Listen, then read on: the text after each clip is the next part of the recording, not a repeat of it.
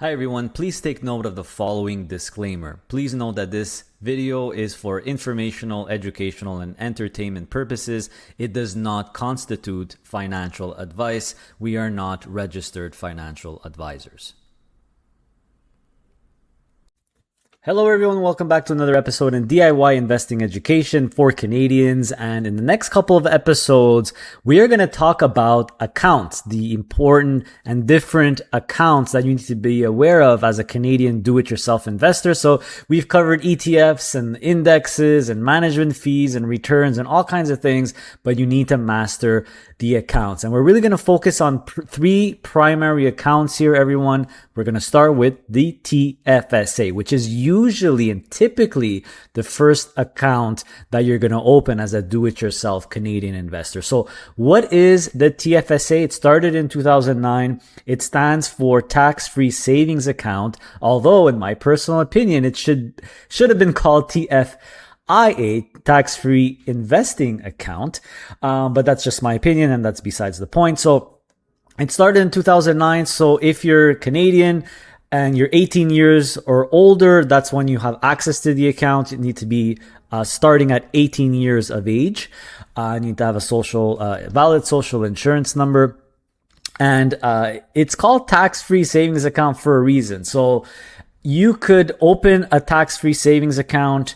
You could invest in there, and with a few exceptions, dividends and interest and capital gains are tax sheltered. They are tax free within the account. When you take them out, they are tax free with a couple of exceptions, which we will look at the second episode, or the next episode. We're going to focus on the taxes. Is this account really tax free? But in this episode, we're really going to focus on what is the account, what are the contribution limits. That is one of the most critical concepts to understand, is the contribution limits, right? So if you just Google TFSA contribution limit table, you will see that all the contribution room limits for each year starting in 2009. So 2009, which is, like you could see here, the inception of the TFSA, you have $5,000 worth of room. And then 2010, they allowed another 5,000, 2011, another 5,000, et cetera, et cetera. So the left-hand column is the new contribution room or contribution limits for each year.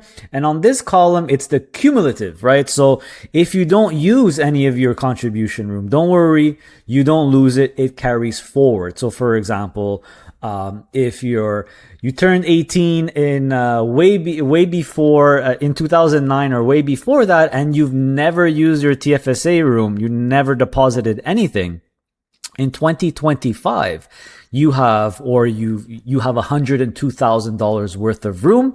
And for 2026, by the way, the new annual limit is another, again, $7,000. So in January, as of January 2026, if you turned 18 in 2009 or prior and you never used any room, your maximum room is going to be $109,000. So because this account is, tax-free or tax sheltered, the government of Canada has limits on how much you could contribute. So one important thing to remember is the limits are contribution limits. Okay. So if you invest, for example, in one stock and you make a really, really great pick and you do, 5 or 10 times your money, and all of a sudden now you have 200,000 or 300,000 or 400,000, that could be completely fine. The limit is not on how big the account gets.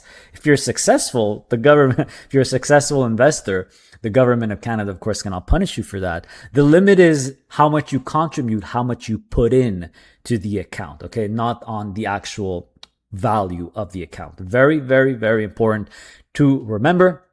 So if we just keep using Google and AI, the Gemini AI, if you just, just to further elaborate on the contribution limit, because it's very, very important. If you just Google TFSA contribution limit, you'll get the key points, right? It starts at 18 years old.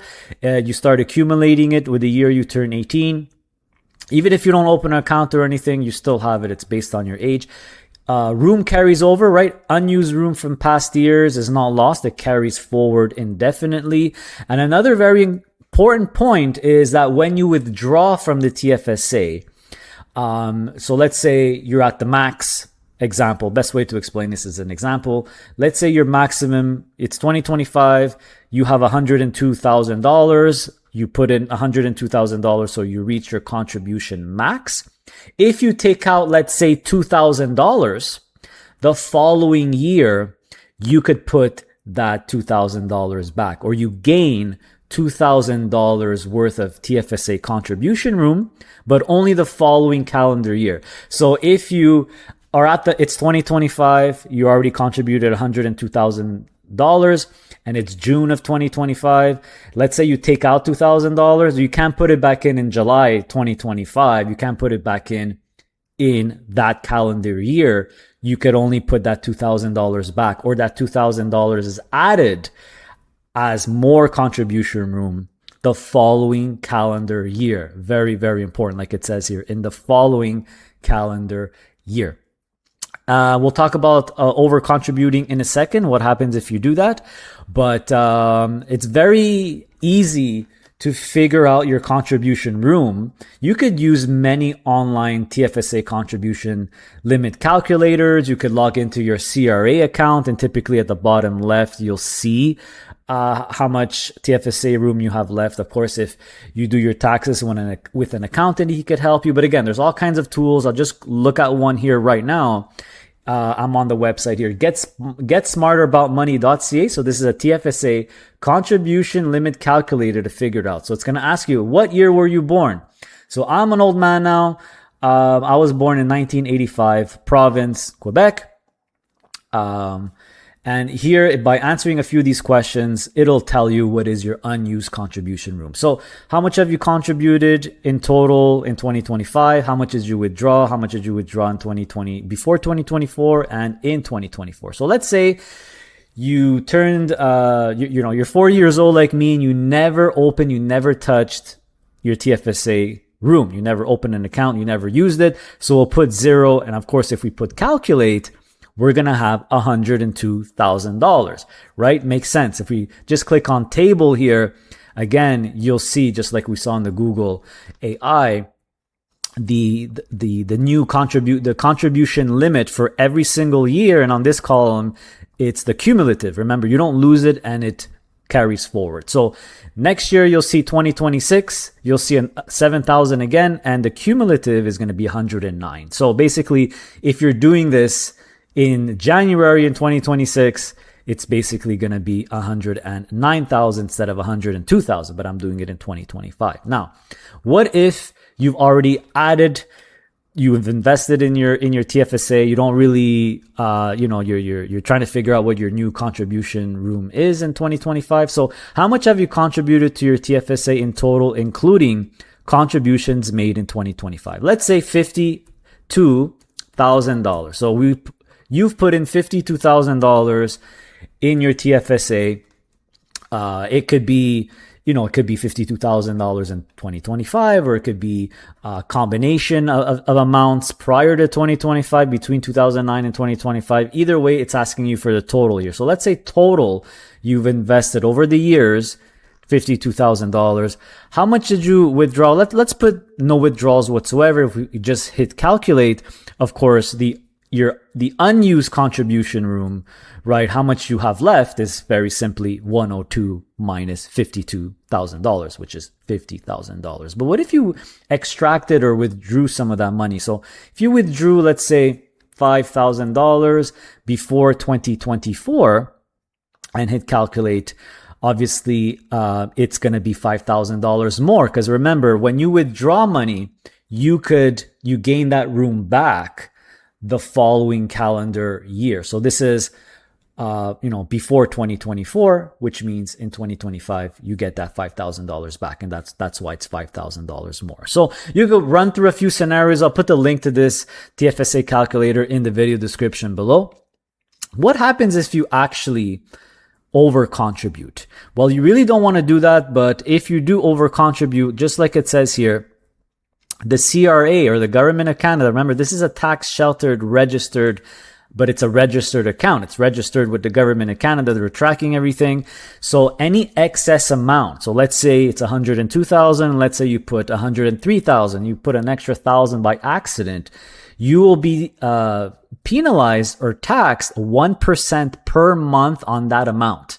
Right? So if you overcontribute $1,000, you're going to be penalized or taxed 1% of that $1,000, which is what, $10? $10 a month, right? Every single month. That's per month, not per year. So you want to do your best really not to overcontribute. Again, talk to your accountant if you accountant does your taxes, or use one of these calculators to make sure you don't go over. So within the actual TFSA, we'll talk about it in the second episode, you could buy stocks. You could invest in single stocks. You could invest in ETFs. You can invest in pretty much anything you want, almost on the public marketplace, on the public stock market. And it's all tax sheltered. But again, more on that in the next episode. Another very important consideration for the TFSA is excessive trading. Excessive trading. So if you just Google, I know I'm using AI a lot, but it's really fantastic. TFSA excessive trading. So an important rule which is a bit gray zone-ish of the TFSA account is if you're using this account as more of a trading tool. What does that mean? If you're buying the same stock over and over every day, and you're buying low and selling high in a really short period of time, right? If you're trading a lot of the same stocks, the CRA might, it says here, what are the key factors that the CRA will maybe conclude that you are doing excessive trading, or you are doing a trading in your TFSA. High frequency trading, especially multiple buy and sell transactions within the same day or week, is a major red flag. Duration of the holdings, right? If you're only holding a stock for a day or a couple of days and you're selling it and you're rebuying it, well, it looks like you're trading. It looks like you're buying low to sell high in a short period of time, which is trading. So you could go through all of it here. There's no exact criteria for what's going to be considered trading and not. So you need to be a little bit careful. But if they are seeing that you're doing that, or if they deem that you're doing that, they could basically say, well, you're really doing the activity of a business, and that's going to make all the income and all the gains generated from those trades fully taxable as business income rather than tax-free, rather than tax shelter. So that completely negates the primary purpose of the TFSA. So very important. The TFSA account is not one where you just buy stocks in and out very quickly. It's really designed more for long-term investing. And again, there's no exact criteria of what's going to make the CRA flag you as excessive trading. Just need to be careful. But if you're buying a stock and then 6 months later you made a profit and you sold it and you maybe bought another stock and then you hold that for a few months, that's not trading. Okay, that's fine. That's more investing. So trading is really like it says here, high frequency, same stocks, getting in and out over and over and over. So just be careful with that. So we've looked at the basics of the account, the contribution limits, which is very, very important. What happens if you overcontribute? What happens if the CRA deems you as a trading account? You want to avoid that. But the main things to really master in terms of the basics here is the contribution limits. You need to understand that starting in 2009, every year you get a new contribution limit or contribution room. Of course, if you turned 18 in 2012, you start here, right? You're not getting $20,000 if you turned 18 in 2012, because that's the cumulative. You start at $5,000 if you turn 18 on 2012, right? So it is cumulative. If you were turned 18 in 2009 or before, and you've never used your TFSA room, it's completely fully cumulative. $102,000 is your contribution limit for 2025, and it's $109,000 for 2026. Again, unused room pushes forward. Another very important thing is the withdrawals. If you withdraw anything from your TFSA, you do get that amount back. It gets re-added to your contribution room, but only in the following calendar year. Very, very important. Following calendar year only. You get that room back. Try not to over-contribute.